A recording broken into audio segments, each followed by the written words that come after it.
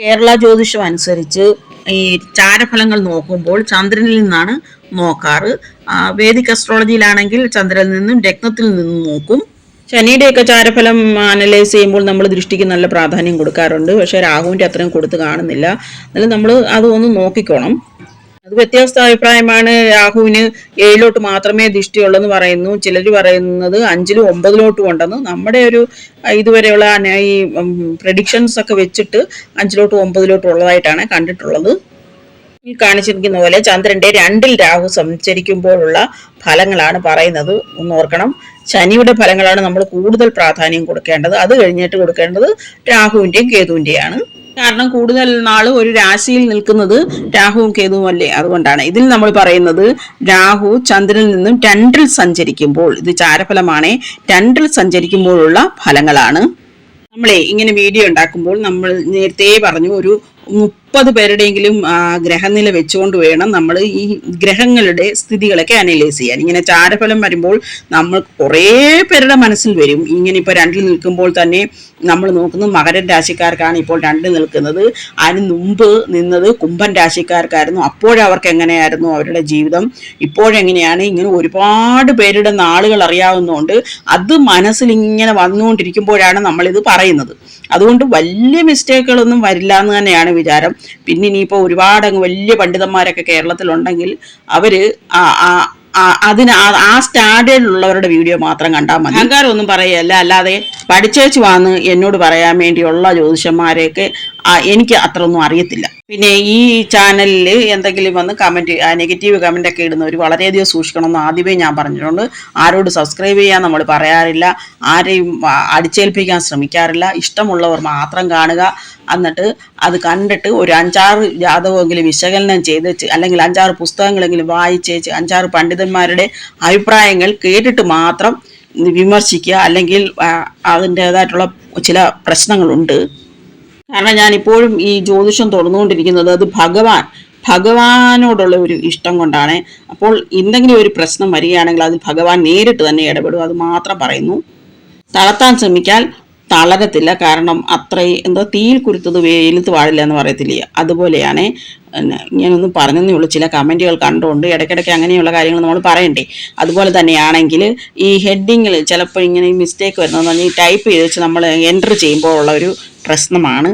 അത് ചിലപ്പോൾ നമ്മൾ ശ്രദ്ധിക്കാതിരിക്കും, അങ്ങനെയാണ് പ്രശ്നം വരുന്നത്. ഒരു പ്രധാന കാര്യം പറയാനുള്ളത്, നമ്മൾ ഈ ശ്ലോകങ്ങൾ ഇങ്ങനെ കാണാതെ പഠിച്ച് അത് മാത്രം ഇങ്ങനെ വിഴുങ്ങിക്കൊണ്ടിരുന്നാൽ ഈ ശാസ്ത്രം എങ്ങും എത്തത്തില്ല. ആർക്കും ഒരു മറുപടി പോലും പറയാൻ പറ്റാത്ത ഒരു സാഹചര്യമാണ്. ഒരു ടി വിയിലൊക്കെ നമ്മൾ ഇൻ്റർവ്യൂ കാണുവാണെങ്കിൽ അതിശയിച്ചു പോകും. ഒരു നല്ല മറുപടി പോലും പറയാൻ അവർക്ക് പറ്റുന്നില്ല. അതെന്തുകൊണ്ടാണെന്ന് വെച്ചാൽ ശ്ലോകം പഠിക്കരുതെന്നല്ല, ശ്ലോകം പഠിച്ചോളൂ. പക്ഷേ ശ്ലോകം മാത്രമല്ല ജ്യോതിഷം എന്ന് പറയുന്നത്. അതിൽ നിന്നൊക്കെ ഒരുപാട് നമ്മൾ മുന്നോട്ട് പോയി. വരാഹമിഹിരിയിൽ നിന്നും പരാശര മുനിയിൽ നിന്നും ഒക്കെ ഒരുപാട് മുന്നോട്ട് പോയി. പക്ഷെ അടിസ്ഥാനം എന്ന് പറയുന്നത് പരാശര മുനിയുടെ ബൃഹത് പരാശര ഹോരശാസ്ത്രമാണ്. വർഷങ്ങളായിട്ട് ഗ്രൂപ്പുകളിലൊക്കെ കമന്റ് കൊടുത്തും അല്ലാതെ ജാതകങ്ങളൊക്കെ വിശകലനം ചെയ്തും അല്ല, കൺസൾട്ടേഷൻ എന്ന് പറഞ്ഞാൽ 2 വർഷം കൊറോണ കാലത്ത് മാത്രമേ ചെയ്തിട്ടുള്ളൂ. അത് അന്ന് എല്ലാവർക്കും പോകാൻ പറ്റാത്തതുകൊണ്ട് നമ്മൾ ഈ ചാരഫലം നോക്കുമ്പോൾ എല്ലാം നമുക്ക് പഠിക്കാൻ പറ്റത്തില്ല. പക്ഷെ എങ്ങനെയാണ് എളുപ്പത്തിൽ നോക്കുന്നതെന്ന് പറഞ്ഞാൽ നമ്മൾ നോക്കണം ഇത് ഏതൊക്കെ ഭാവത്തിലുണ്ടാണ് ഈ ദൃഷ്ടിയുള്ളത്, ആ ഭാവങ്ങളെല്ലാം അഫക്റ്റ് ചെയ്യും. അങ്ങനെയാണ് നമ്മൾ പറയേണ്ടത്.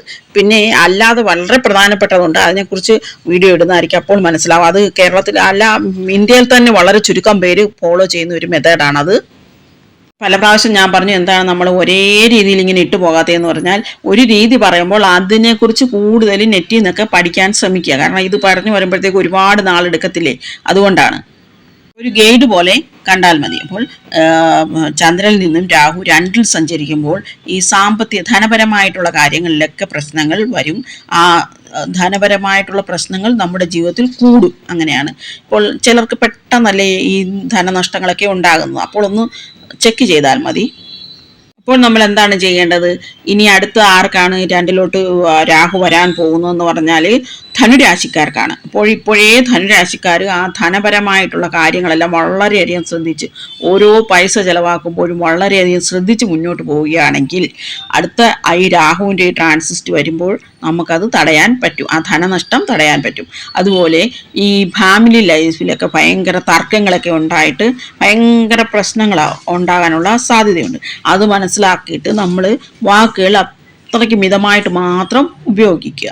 അപ്പോൾ ഈ മകരം രാശിക്കാർക്കാണല്ലോ രാഹു 2-ൽ നിൽക്കുന്നത്. അപ്പോൾ അവർക്ക് ശനി 3-ലോട്ട് പോയത് കൊണ്ട് തന്നെ ഇവർക്ക് അപ്പോൾ അതൊരു വലിയ ഗുണമായിട്ട് വന്നേക്കാണ്. ശനി 3-ൽ നിൽക്കുന്നതുകൊണ്ട് ദോഷം വളരെയധികം കുറഞ്ഞിരിക്കും. ഇങ്ങനെയാണ് നമ്മൾ നോക്കേണ്ടത്. പക്ഷേ ശനിയും രാഹുവും കൂടി 2-ൽ സഞ്ചരിക്കുന്ന ചില സന്ദർഭങ്ങൾ വരത്തില്ലേ, അങ്ങനെയുള്ളപ്പോഴാണ് ഭയങ്കരമായിട്ടുള്ള പ്രശ്നങ്ങളൊക്കെ ഉണ്ടാകുന്നത്. ഇനി ഇപ്പോഴും അങ്ങനെ ഒരു യോഗം വരാനുള്ള ചാൻസ് ഇല്ല. ഇനി രാഹു ഇങ്ങനെ പുറകോട്ട് പോയിട്ട് അങ്ങ് അവിടെ ഇടവത്തിലും ഒക്കെ എത്തുമ്പോഴേ അങ്ങനെയൊക്കെയുള്ള ചാൻസ് ഉള്ളൂ. അത് ഭയങ്കര അപൂർവമായിട്ടുള്ള ഒരു യോഗമാണ് ഈ ശനിയും രാഹുവും തമ്മിലുള്ള യോഗം. അതിനെക്കുറിച്ച് വീഡിയോ ഇട്ടിട്ടുണ്ട്, നോക്കിക്കോണേ. ഇനി ഇവരുടെ ചിലവുകൾ വളരെയധികം വർദ്ധിക്കാനുള്ള സാധ്യതയുണ്ട്. എന്തെങ്കിലുമൊക്കെ ഒരു പ്രശ്നങ്ങൾ ഒന്നല്ലെങ്കിൽ മറ്റൊരു പ്രശ്നം ഉണ്ടായിക്കൊണ്ടേ ഇരിക്കാനുള്ള സാധ്യതയുണ്ട്. ഇപ്പോൾ ഞാൻ പറയുന്നത് മകരം രാശിക്കാർക്ക് ഈ ശനി ഇങ്ങനെ നിൽക്കുന്നതുകൊണ്ട് ഈ ഫലങ്ങളൊക്കെ വളരെയധികം കുറഞ്ഞിരിക്കും. പകുതിയെ അനുഭവത്തിൽ വരത്തുള്ളൂ. അതുകൊണ്ട് നമ്മൾ ഈ കമ്പയർ ചെയ്ത് നോക്കുമ്പോൾ കുംഭൻ രാശിക്കാർക്ക് കഴിഞ്ഞ വർഷങ്ങളിൽ എങ്ങനെയാണെന്നാണ് കമ്പയർ ചെയ്ത് നോക്കേണ്ടത്. കാരണം അവർക്ക് അപ്പോൾ 7ര ശനിയും ഈ രാഹു 2-ൽ ആ 2 പ്രശ്നങ്ങളും ഉള്ളതുകൊണ്ട് അവർക്ക് വളരെയധികം സാമ്പത്തികമായിട്ട് വളരെയധികം നഷ്ടങ്ങൾ, ഇപ്പോൾ ലോൺ ആയാലും അങ്ങനെയൊക്കെയുള്ള കാര്യങ്ങളായാൽ പോലും അതിലും നഷ്ടങ്ങളാണ് വരുന്നത്. അങ്ങനെയൊക്കെയുള്ള നഷ്ടങ്ങൾ വന്നു കാണും. വരാത്തവരെ ഒരുപാട് പേരെ അറിയാം. കാരണം അവർ അമ്പലങ്ങളിലൊക്കെ ഒരുപാട് ഇങ്ങനെ വഴിപാടുകളൊക്കെ ചെയ്യും. നാൾ തോറും വഴിപാടുകളൊക്കെ ചെയ്യും. നല്ല ഭക്തിയോട് ശബരിമലയിലൊക്കെ പോവുകയൊക്കെ ചെയ്യുന്നവർക്കൊന്നും ഇങ്ങനെയുള്ള, അല്ലെങ്കിൽ നാഗരാജ ക്ഷേത്രത്തിൽ പോകുന്നവർക്കൊന്നും ഇങ്ങനെയൊക്കെയുള്ള അനുഭവങ്ങളൊക്കെ വളരെ കുറവായിരിക്കും. അത് നമ്മൾ ചിന്തിക്കണം. അതുകൊണ്ടാണ് കുറേ പേർക്ക് അനുഭവങ്ങൾ, അല്ലെങ്കിൽ ഇപ്പോൾ ഈ 5 നക്ഷത്രക്കാർക്ക് ഇത്രയെല്ലാം പ്രശ്നങ്ങൾ വന്നപ്പോൾ മോദിജിക്ക് അങ്ങനെയുള്ള പ്രശ്നങ്ങളൊന്നും വന്നില്ലല്ലോ. അതൊക്കെ നമ്മൾ ചിന്തിക്കണം. അങ്ങനെ കമ്പയർ ചെയ്ത് വേണം നമ്മൾ പഠിക്കാൻ. ഈ ആഹാര രീതിയിലൊക്കെ വളരെയധികം വ്യത്യാസങ്ങൾ വരാനുള്ള സാധ്യതയുണ്ട്. അപ്പോൾ നമ്മുടെ ആഹാരം വളരെയധികം ശ്രദ്ധിക്കണം. നമ്മുടെ ഒരു ആഹാരം ക്രമീകരിക്കത്തക്ക രീതിയിൽ നല്ല വിറ്റാമിൻസ് എല്ലാം അകത്ത് ചെല്ലുന്നുണ്ടോ, അതുപോലെ നല്ല പോഷകാഹാരമാണ് നമ്മൾ കഴിക്കുന്നത്, പഴകിയിലൊന്നും കഴിക്കുന്നില്ലല്ലോ, ഇങ്ങനെയൊക്കെ നമ്മൾ ചെക്ക് ചെയ്യണം. ഇപ്പോൾ നമ്മൾ പ്രവചനത്തിലിട്ടായിരുന്നു ഇങ്ങനെ ഭക്ഷ്യവിഷബാധ വരുമെന്ന്. ഈ തൊട്ടടുത്ത് തന്നെ ഭക്ഷ്യവിഷബാധ സംഭവിച്ച് ഒരുപാട് പ്രശ്നങ്ങളുണ്ടായി, ഒത്തിരി അടുത്ത് പ്രശ്നങ്ങളുണ്ടായി. അപ്പോൾ അങ്ങനെയൊക്കെയുള്ള സാഹചര്യത്തിൽ ഈ 2-ൽ രാഹു സഞ്ചരിക്കുന്നവർ കൂടുതൽ ശ്രദ്ധിക്കണം. ഇവിടെ ഇപ്പൊ 2 ദിവസത്തിന് മുമ്പ് ഈ കുക്കടപ്പള്ളി ഹൈദരാബാദ് എന്ന് പറയുന്നത് 2 ദിവസത്തിന് മുമ്പ് വിഷമധ്യ ദുരന്തം നടന്നപ്പോൾ നമ്മൾ ശ്രദ്ധിച്ച ഒരു കാര്യം, അതില് 10-18 പേർക്ക് വന്നെങ്കിലും ഈ 4 പേർക്ക് ഗുരുതരമായി. അപ്പോൾ അങ്ങനെ നോക്കണം നമ്മൾ. അത് ഇപ്പം നമ്മുടെ ചാരഫലം നല്ലതല്ലെങ്കിൽ നമ്മൾക്ക് അത് ഗുരുതരമായിട്ട് വരാനുള്ള സാധ്യതയുണ്ട്. അതുകൊണ്ട് തന്നെ നമ്മൾ ശുദ്ധമായ ഭക്ഷണം, പുറത്തുനിന്നുള്ള ഭക്ഷണമൊക്കെ കഴിക്കുമ്പോൾ സൂക്ഷിക്കണം. വളരെ പഴകിയതൊന്നും കഴിക്കാതിരിക്കാൻ നോക്കണം. അങ്ങനെ പല കാര്യങ്ങളും നമ്മൾ ശ്രദ്ധിക്കണം. പിന്നെ നമ്മുടെ കുടുംബത്തിൽ നോക്കുകയാണെങ്കിൽ ഈ ഓഹരി വയ്പ് അങ്ങനെയൊക്കെയുള്ള പ്രശ്നങ്ങൾ ഇച്ചിരിയൊക്കെ വഴക്കുകളും തർക്കങ്ങളും ഒക്കെ ഉണ്ടാകാനുള്ള സാധ്യതയുണ്ട്. അവർക്ക് നമ്മളെക്കുറിച്ച് തെറ്റിദ്ധാരണകൾ ഉണ്ടാകാനുള്ള സാധ്യതയുണ്ട്. നമ്മുടെ വാക്കുകൾ അവർ വേറെ രീതിയിൽ എടുക്കാനുള്ള സാധ്യതയുണ്ട്. അതുപോലെ തന്നെ അത് പിന്നീട് ഈ കോടതിയിലോട്ടൊക്കെ പോകാനുള്ള സാധ്യതയുണ്ട്. അപ്പോൾ നമ്മൾ വളരെ മനസ്സ് നിയന്ത്രിച്ച് അവർ തീരുമാനിക്കട്ടെ എന്ന് വിചാരിച്ച് നമ്മളങ്ങ് മാറി നിൽക്കണം. പലപ്പോഴും നമ്മുടെ കയ്യിലുള്ളതെല്ലാം കൈവിട്ടു പോകാനുള്ള സാധ്യതയും കൂടെ ഉണ്ട്. ഇതെല്ലാം നമ്മൾ ഓർത്ത് വെച്ചുകൊണ്ട് ഒരു തരത്തിലും അത് നഷ്ടപ്പെടാതിരിക്കാൻ നമ്മൾ വളരെയധികം ശ്രദ്ധിക്കണം. കാരണം നല്ല കാലം വരണമെങ്കിൽ ഉപയോഗിക്കണമെങ്കിൽ ഈ ചീത്ത കാലത്ത് ഇതൊന്നും പോകാതിരിക്കണം. പിന്നെ നമ്മുടെ ഒരു കൾച്ചർ, ട്രഡീഷൻ ഇങ്ങനെയൊക്കെയല്ലേ, ഇതിൽ നിന്നെല്ലാം വ്യതിചലിച്ചു പോകാനുള്ള ഒരു സാധ്യത കൂടുതൽ കാണുന്നതും ഈ കാലത്താണ്. പിന്നെ കുറുക്ക് വഴിയിലൂടെ ധനം സമ്പാദിക്കാൻ നമ്മളെ പ്രേരിപ്പിക്കുന്ന ഒരു കാലഘട്ടവുമാണിത്. അതുകൊണ്ട് വളരെയധികം ഇപ്പം കൈക്കൂലി, അതുപോലെ ചീട്ടുകളി, പിന്നെ ആണെങ്കിൽ ഷെയർ മാർക്കറ്റ്, അതുപോലെ ഉള്ള കാര്യങ്ങളൊക്കെ ഇല്ലേ കുറുക്ക് വഴിയിൽ കൂടെ അധോലോകത്തിലൊക്കെ ചെന്ന് പെടുക, അങ്ങനെയൊക്കെയുള്ള കാര്യങ്ങളില്ലയോ.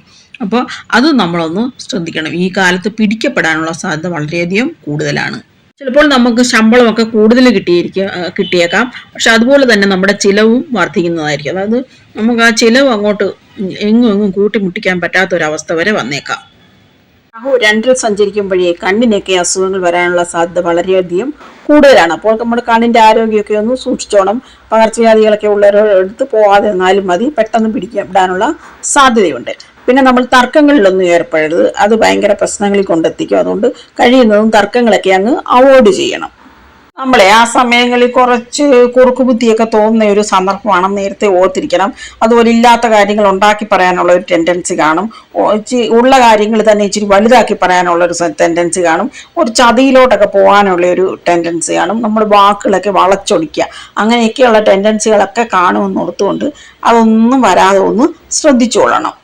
ഈ രാഷ്ട്രീയത്തിലൊക്കെ പ്രവർത്തിക്കുന്നവർക്ക് ഇത് നല്ല സമയമാവാനുള്ള സാധ്യതയുണ്ട്. അതുപോലെ വാക്കുകൾ കൊണ്ട് ജീവിക്കുന്നവരില്ലേ, പിന്നെ സെയിൽസ് റെപ്രസെൻറ്റേറ്റീവ്, ഇങ്ങനെ മാർക്കറ്റിംഗ് മേഖലയിലൊക്കെ ഉള്ളവർ, അവർക്കൊക്കെ ആണെങ്കിൽ നല്ലതാവാനുമുള്ള ചാൻസ് ഉണ്ട്. എന്നും പറഞ്ഞാൽ നല്ലതാണെന്ന് പറഞ്ഞാൽ നമ്മൾ എടുത്തിയാടരുത്. അതൊക്കെ വളരെ സൂക്ഷിച്ച് വേണം, നമ്മൾ ഒബ്സർവ് ചെയ്തിട്ട് വേണം തീരുമാനിക്കാൻ. ആദ്യത്തെ ഒരു 2-3 മാസം ഒബ്സർവ് ചെയ്യുമ്പോഴേ നമുക്ക് മനസ്സിലാവും ഇതെങ്ങനെയാണെന്ന്. പിന്നെ അതുപോലെ അങ്ങ് തുടർന്ന് പോയിക്കൊണ്ടിരുന്നാൽ മതി. അതുപോലെ ഈ സമയത്ത് നമ്മൾ വളരെ സെൻസിറ്റീവ് ആകാനുള്ള സാധ്യതയുണ്ട്. അപ്പോൾ അത് നമ്മുടെ ആ ഇമോഷൻസിലേക്ക് നമ്മൾ കൺട്രോൾ ചെയ്ത് പോകണം. പിന്നെ നമ്മൾ പ്രത്യേകം ശ്രദ്ധിക്കേണ്ടത്, ഈ രാഹുവിനൊപ്പം മിക്കവാറും ഈ ചന്ദ്രൻ വരത്തില്ല, ഓരോ മാസത്തിലും വരും. അതല്ലാതെ മറ്റ് ഗ്രഹങ്ങൾ വരുന്നുണ്ടോ, അവയുടെ ഇൻഫ്ലുവൻസ് കൂടെ നോക്കണം. അവയെല്ലാം ഇൻഫ്ലുവൻസ് ചെയ്യുന്ന രാഹു, അതിൻ്റെ കൂട്ടത്തിൽ ഏത് ഗ്രഹം വന്നാലും അതിനെല്ലാം ഇൻഫ്ലുവൻസ് ചെയ്യും. അപ്പോൾ ഈ വരുന്ന ഗ്രഹങ്ങളും രാഹുവിൻ്റെ ആജ്ഞ അനുസരിച്ചായിരിക്കും പ്രവർത്തിക്കുന്നത്. അതും കൂടി നമ്മളൊന്ന് ചെക്ക് ചെയ്തോണം. അപ്പോൾ അവയുടെ ട്രാൻസിറ്റ് ഫലങ്ങൾ പറയുന്നത് ഒന്ന് നോക്കിക്കോണം. സോഷ്യൽ മീഡിയയിലൊക്കെ പ്രവർത്തിക്കുന്നവരില്ലേ പെട്ടെന്ന് വൈറലാവുന്നത്, അവർക്കും ഈ സ്ഥിതി ഒരു വലിയ അനുഗ്രഹം തന്നെയാണ്. അതുപോലെ ദോഷത്തോടൊപ്പം തന്നെ ഗുണവുമുണ്ട് ഇതിന്. ദഹന സംബന്ധമായ പ്രശ്നങ്ങൾ, പിന്നെ നമ്മുടെ ഈ വോക്കൽ കോഡിനൊക്കെ പ്രശ്നങ്ങൾ, അതുപോലെ ഈ തൊണ്ടയ്ക്ക് ഇങ്ങനെ ഇൻഫെക്ഷൻസ് ഒക്കെ ഉണ്ടാകത്തില്ലേ, അതുപോലെയൊക്കെയുള്ള പ്രശ്നങ്ങൾ വരാനുള്ള സാധ്യതയുമുണ്ട്. ഇങ്ങനെ ലാൽ കിതാബ് റെമഡീസ് എന്നൊക്കെ പറഞ്ഞു കൊടുക്കുന്നതും ഒക്കെ ചെയ്യുന്നുടനെ നമ്മൾ വളരെയധികം സൂക്ഷിച്ചു വേണം ചെയ്യാൻ. കാക്കയ്ക്കൊക്കെ ആഹാരം കൊടുക്കുന്ന അതൊന്നും കുഴപ്പമില്ല. നമുക്ക് നാഗരാജ ക്ഷേത്രങ്ങളൊക്കെ ഉണ്ട്, അവിടെയൊക്കെ പോയി പ്രാർത്ഥിച്ചാൽ മതി രാഹുവിൻ്റെ ദോഷങ്ങൾ മാറാനായിട്ട്. ഓരോ ക്ഷേത്രങ്ങളിലെ വഴിപാടുകൾ എന്തിനൊക്കെയാണെന്നും ഒക്കെ ഉള്ളത് മനസ്സിലാക്കി വെച്ചിരിക്കുന്നത് നല്ലതാണ്. നമ്മൾ വീഡിയോയിൽ ഇടുന്നുണ്ട്. അപ്പോൾ രാഹു 2-ൽ സഞ്ചരിക്കുമ്പോൾ നമ്മുടെ ആ 2-ാം ഭാവത്തിന്റെ കാരകത്വങ്ങളെ ആയിരിക്കും ഇത് കൂടുതൽ അഫക്റ്റ് ചെയ്യുന്നത്. ധനനഷ്ടങ്ങളൊന്നും ഉണ്ടാകാതെ നോക്കിക്കോണം, ആരോഗ്യ പ്രശ്നങ്ങൾ ഉണ്ടാകാതെ നോക്കിക്കോണം. അതുപോലെ കുടുംബത്തിലൊക്കെ കലഹം ഉണ്ടാകാതെ നമ്മുടെ വാക്കുകളൊക്കെ ഒന്ന് നിയന്ത്രിക്കണം. ഇത്രയും ചെയ്താൽ നമുക്ക് അതുകൊണ്ടുള്ള ദോഷങ്ങൾ മാറി അതെല്ലാം ഗുണമാവും. ഈ ഗ്രഹങ്ങൾ ഉണ്ടോ എന്ന് നോക്കുന്നതിനോടൊപ്പം തന്നെ നമ്മൾ സർവാഷ്ടക വർഗ പോയിന്റും ആ രാശിയിലേത് നോക്കണം. അതിനനുസരിച്ചും ഫലത്തിൽ വ്യത്യാസം വരുമേ. ഈ നമ്മളിടുന്ന വീഡിയോയിലെ അറിവുകളെല്ലാം തന്നെ പുസ്തകങ്ങളിൽ നിന്ന് കിട്ടുന്നതും പിന്നെ നമ്മളുടെ എക്സ്പീരിയൻസ് കൊണ്ട് കിട്ടുന്ന കുറച്ച് അറിവുകളും അത് വ്യക്തമായിട്ടും അത് ശരിയാണെന്ന് കണ്ടതിന് ശേഷം മാത്രം പറയുന്നതാണ്. നിങ്ങളെ വിശ്വസിക്കാൻ വേണ്ടി മാത്രമാണ് ഈ പ്രവചന വീഡിയോകൾ ഇടുന്നത്. അത് ഫുള്ളായിട്ട് കറക്റ്റായിട്ട് വരാറുണ്ട്, നോക്കിയാൽ മതി. കാളസർപ്പ അമൃത യോഗം വരുമ്പോഴും സർപ്പയോഗം വരുമ്പോഴും മാത്രമേ ഇച്ചിരി വ്യത്യാസം വരാറുള്ളൂ. ഓം നമഃ ശിവായ.